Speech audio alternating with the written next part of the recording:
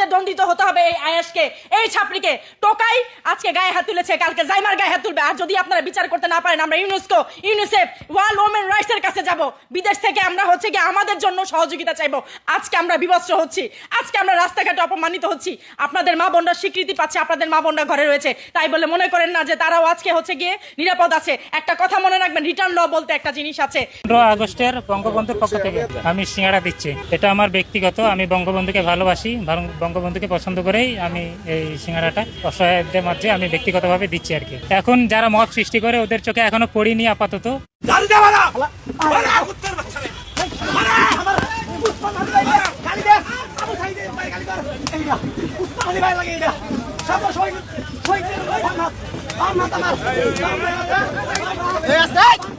ধানমন্ডি 32-এ 15ই আগস্টে বঙ্গবন্ধুর প্রতি ভালোবাসা থেকে, অর্থাৎ শেখ মুজিবের প্রতি ভালোবাসা থেকে কিন্তু সে সিঙ্গারা বিতরণ করছে, নিশ্চয়ই সেটা দেখতে পাচ্ছেন। আমি সিঙ্গাড়া দিচ্ছি কারণ বঙ্গবন্ধুর জন্য আমাদের এই বাংলাদেশ, এখন যে পাকিস্তান থেকে স্বাধীন মুক্ত বাংলাদেশ পেয়েছি, সেটা তো বঙ্গবন্ধুর। সিঙ্গারা কি নিচ্ছে আপনার কাছ থেকে? সিঙ্গারা কেউ নিচ্ছে? হ্যাঁ নিচ্ছে, যারা যে অসহায় লোকগুলো আছে তারা নিচ্ছে। বলে দিচ্ছি যে বঙ্গবন্ধুকে ভালোবেসে 15 আগস্টের পক্ষ থেকে সিঙ্গারা আর কি।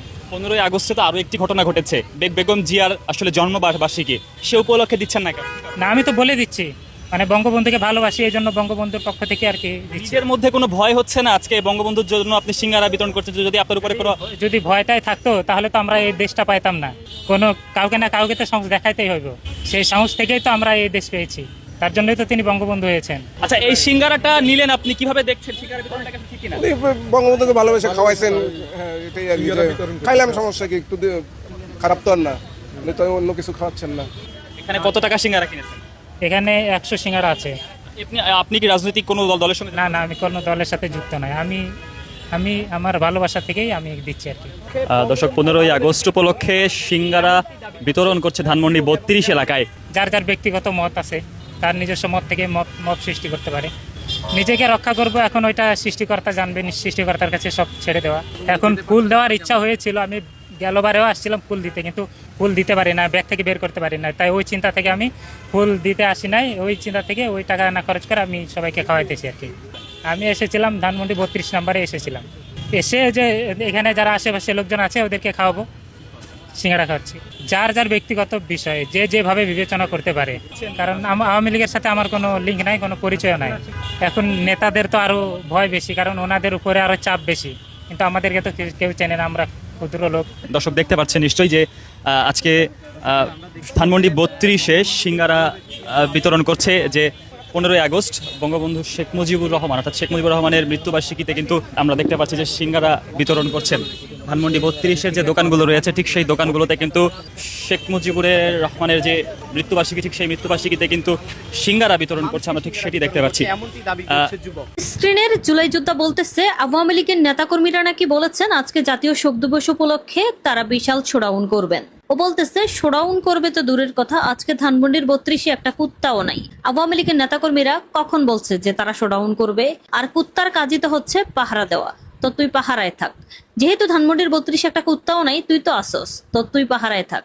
বাঘ যখন ঘুমায় তখন বনে ইঁদুরও রাজত্ব করে, তো তোদের রাজত্বের দিন ফুরায় আসতেছে। এরা নাকি সাহসী জুলাই যোদ্ধা।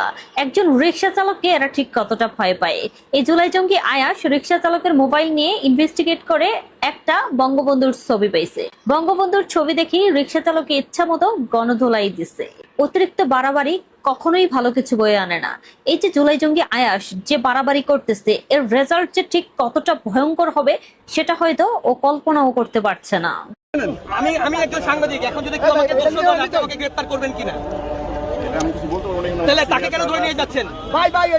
তাহলে তাকে কেন ধরে নিয়ে যাচ্ছেন? যদি এখন একজন এসে অভিযোগ করে যে আমি একজন দোষর, প্লাস আমাকে ধরে নিয়ে যাবেন, স্বাধীন বাংলাদেশে স্বাধীন কোথায় হলো? আপনি একটু আইডি কার্ডটা দেখান আমাদেরকে, আপনি একটু আইডি কার্ডটা দেখান, আমরা একটু আইডি কার্ডের ছবিটা নেই। উনি একজন সাংবাদিক, ওনাকে পুলিশ গ্রেফতার করে নিয়ে যাচ্ছে। আমাদের তাহলে স্বাধীন, আপনারা সবাই ওনার ছবিটা একটু নেন, দেখি একটু আইডি কার্ডটা ঘুরে নেন, একটু আইডি কার্ডের ছবিটা দেখি। আচ্ছা, আইডি কার্ডটা উপরে উঠে ধরেন, নিচে নিচে। আমরা তো স্বাধীন বাংলাদেশে স্বাধীন, কিন্তু আমরা এখানে ভিডিও করতে আসি। আমরা যদি আওয়ামী লীগের হাউসের নাম কি, হাউসের নিবন্ধন কত? এখানে সব লেখা আছে। আপনি প্রশ্ন করছেন ওনার নিবন্ধন নাম্বার বলেন। না এই নিবন্ধন নাম্বার কত সাংবাদিক বলছেন আপনার সম্পাদকের নাম কি আপনার ক্যামেরা ঢুকে আমাদের ম্যাম আছে আর এখানে সাংবাদিকের নাম তুমি ক্যামেরা উপরে দিছো আমাদের অফিস থেকে বাংলা কোথায় সম্পাদক ম্যাম আমি ম্যাম কি নাম কোথায় আপনার নিবন্ধন হয়েছে কত সালে এই তো আমিও তো বুঝছি এটা কি বালা সাথে নিবন্ধন কত সালে হয়েছে নিবন্ধন নাম্বার কত ভাই এগুলো তো আমি জানি না ঠিক আছে এটা আমাদের বস যারা আছে তারা বলতে পারে সাংবাদিকতা করতেছেন আপনার ওই ছেলের আচরণটা অনেক 17 আগস্ট আজ থেকে ঠিক 6 মাস আগে বর্তমান সরকার বিএনপি সরকার শপথ নিয়েছিল, অর্থাৎ বিএনপি সরকারের 6 মাস পূর্ণ হলো। সরকার শপথ নেওয়ার পরে অনেক আলোচনা ছিল এবং সেই আলোচনার মধ্যে একটা গুরুত্বপূর্ণ আলোচনা ছিল যে সরকারকে অন্তত 6 মাস সময় দিতে হবে। 6 মাসের আগে সরকারের সমালোচনাটা অযৌক্তিক হবে, কারণ একটা সরকার নতুন দায়িত্ব নিল, তাকে তো গুছিয়ে ওঠার সময় দিতে হবে। সেই 6 মাস পেরিয়ে গেল, এখন সরকারের মূল্যায়নের সময় এসেছে বলে মনে করছেন অনেকে। এই মূল্যায়নের যখন সময় এসেছে তখন জার্মান গণমাধ্যম ডয়েচে ভেলে সরকারের সফলতা ব্যর্থতা নিয়ে একটা জরিপ করছে। সেই জরিপে কি চিত্র আমরা দেখছি এবং জরিপে তারা কি প্রশ্ন দিল, কত পার্সেন্ট মানুষ বিএনপির পক্ষে কিংবা বিএনপির বিপক্ষে বলছে, সেগুলো একটু জেনে দেখব। পাশাপাশি আমরাও পলিটিক্স টিভির প্ল্যাটফর্ম থেকে ডয়েচে ভেলের মতো সেম প্রশ্ন দিয়ে একটা জরিপ করেছে, সেখানেও কি চিত্র আসলো, কত পার্সেন্ট মানুষ কি বলছেন, সেগুলো একটু বিবেচনা করে বোঝার চেষ্টা করব যে এটাই বাংলাদেশের মানুষের জনমত কিনা, নাকি এটা পার্শিয়ালি সত্য পার্শিয়ালি মিথ্যা।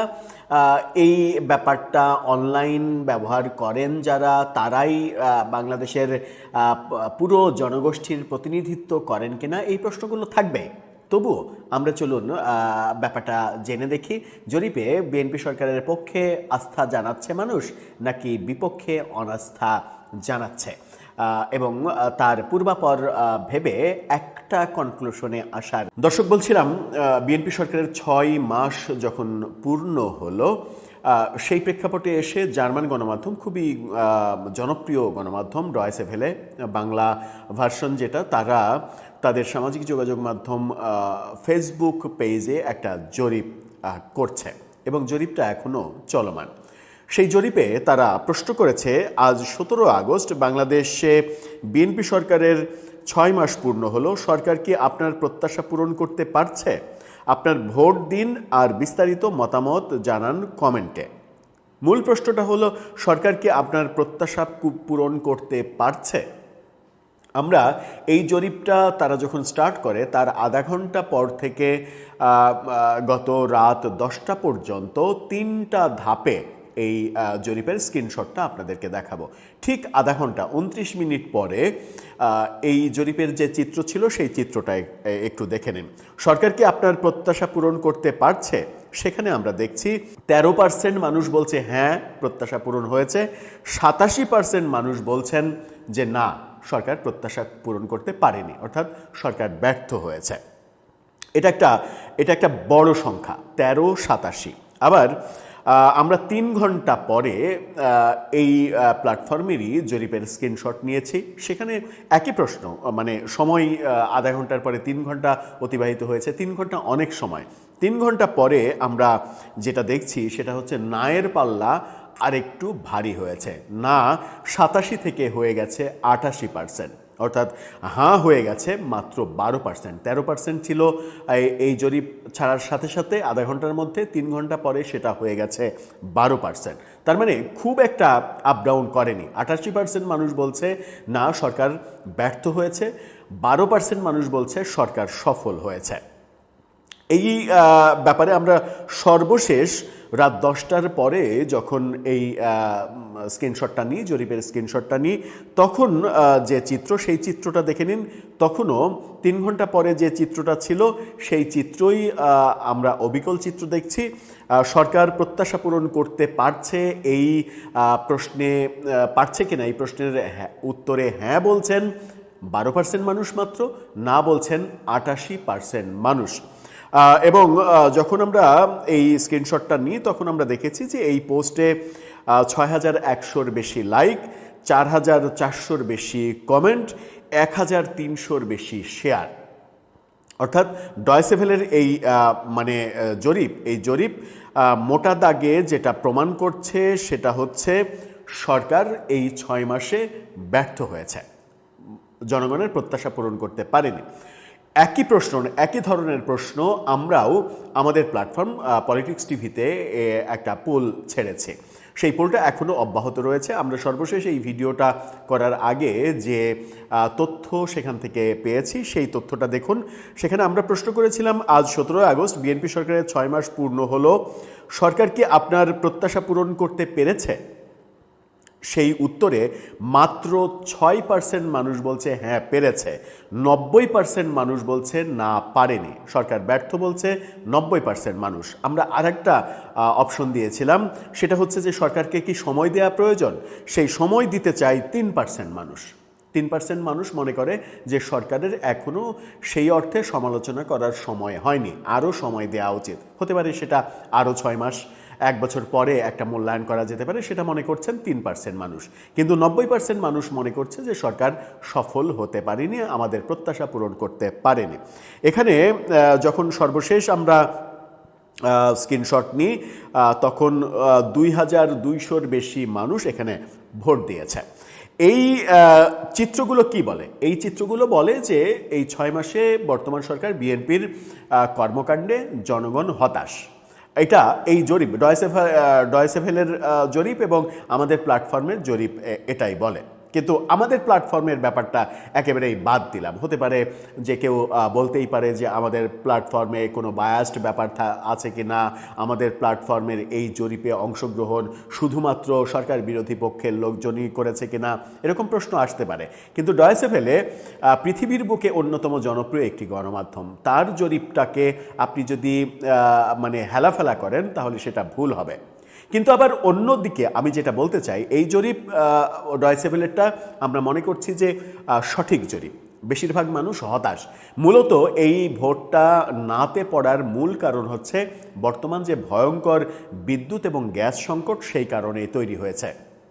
জরিপটা যদি আর 2 মাস আগের হতো, অর্থাৎ 4 মাস পূর্তির পরে এই জরিপ হতো, তাহলে হয়তো জরিপের রেজাল্টটা 50-50 হয়ে যেত, অনেক পার্থক্য তৈরি হতো। কিন্তু এই চলমান বিদ্যুৎ এবং গ্যাস সমস্যার কারণে সম্ভবত জনগণ অতিরিক্ত মাত্রায় হতাশ হয়ে পড়েছে, যার প্রভাব এই জরিপে পড়েছে। কিন্তু তবুও আমি এটা মনে করতে চাই না যে এই মুহূর্তে বাংলাদেশের 88% মানুষ কিংবা 90% মানুষ মনে করছে যে বর্তমান সরকার ব্যর্থ হয়ে গেছে। সেটা তো হওয়ার কথা নয়। কারণ যদি আপনি ফেলেও দেন, অতিরিক্ত ভোট পাওয়া বিএনপি এবারের ভোটে 50%-এর বেশি ভোট পেয়েছে। তো আমি যদি বাদ দিই 20%, 30% তো বিএনপির ভোট ব্যাংক রয়েছে। সেই 30% মানুষ তো অন্তত সরকারের ব্যাপারে কোনো জরিপ হলে সেটা সরকারের পক্ষেই মতামত দেবে। সুতরাং এখানে অন্তত 70-30 হওয়ার কথা ছিল, কিন্তু আমরা দেখছি যে 88-12, 90-6 এই ব্যাপারটা মিলছে না। তার মানে একটা ব্যাপার হয়তো বলা যেতে পারে যে এই মুহূর্তে সামাজিক যোগাযোগ মাধ্যম ব্যবহার করছেন কিংবা অনলাইনে অ্যাক্টিভ রয়েছেন সম্ভবত সরকার বিরোধী পক্ষের মানুষজনই বেশি। এভাবে বলে অন্তত ব্যাপারটাকে একটু মিডিল পর্যায়ে আনতে চায়।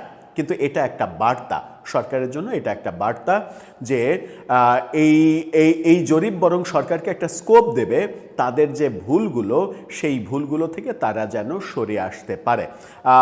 ভুলগুলো আপনি যদি উদরপিণ্ডি বুদর ঘাড়ে চাপানোর চেষ্টা করেন তাহলে কিন্তু এই জরিপের মাত্রাগুলো আরও বাজে অবস্থায় চলে যাবে। যেমন বিদ্যুৎ নেই, জ্বালানি সমস্যা, আপনি যদি বলেন যে এগুলো সব শেখ হাসিনার দোষ, তাহলে কিন্তু হাস্যকর পর্যায়ে চলে যাবে। কারণ শেখ হাসিনার 15.5 বছরে দুর্নীতি নিয়ে, অপশাসন নিয়ে, নির্বাচন নিয়ে অনেক অভিযোগ তাদের বিরুদ্ধে রয়েছে। কিন্তু এই বিদ্যুৎ, গ্যাস এই সেক্টরে মানুষ ভুগেছে, মানুষকে অন্ধকারে থাকতে হয়েছে, পাম্পে গিয়ে মানে শত শত হাজার হাজার গাড়ির লাইন পড়েছে গ্যাস নেওয়ার জন্য, এরকম দৃশ্য কিন্তু ঘটেনি। এই ব্যাপারগুলো আবার যখন কেউ বলবেন যে মানে 98% গ্যাস ভারতের কাছে দিয়ে দেওয়ার কারণে গ্যাস সংকট হয়েছে, শেখ হাসিনা 98% গ্যাস ভারতকে দিয়ে দিয়েছিল, এখন ভারতকে কিভাবে দিয়ে দিল? ভারত বাংলাদেশ একটাই পাইপলাইন আছে, সেই পাইপলাইন দিয়ে ডিজেল আসে, ভারত থেকে ডিজেল আসে। তাহলে কি মানে বিএনপির ওই দায়িত্বশীলরা মনে করেন যে ডিজেলের ওই পাইপ দিয়েই গ্যাস পাঠানো যায়? মানে এক পাইপ দিয়ে গ্যাসও পাঠানো যায়, কিংবা ফারাক্কার পানিও আনা যায়, পেট্রোলও আনা যায়, ডিজেলও আনা যায়, ইচ্ছা করলে মানে যে কেউ আবার ওই পাইপ দিয়ে পালিয়েও যেতে পারে। ব্যাপারটা কি সেরকম? ব্যাপারটা হাস্যকর পর্যায়ে না নিয়ে বরং বাস্তবতা যেটা, সেই বাস্তবতাকে মেনে নিয়ে সমস্যার সমাধান করাই আমার মনে হয় যে এই ধরনের জরিপ, যেটা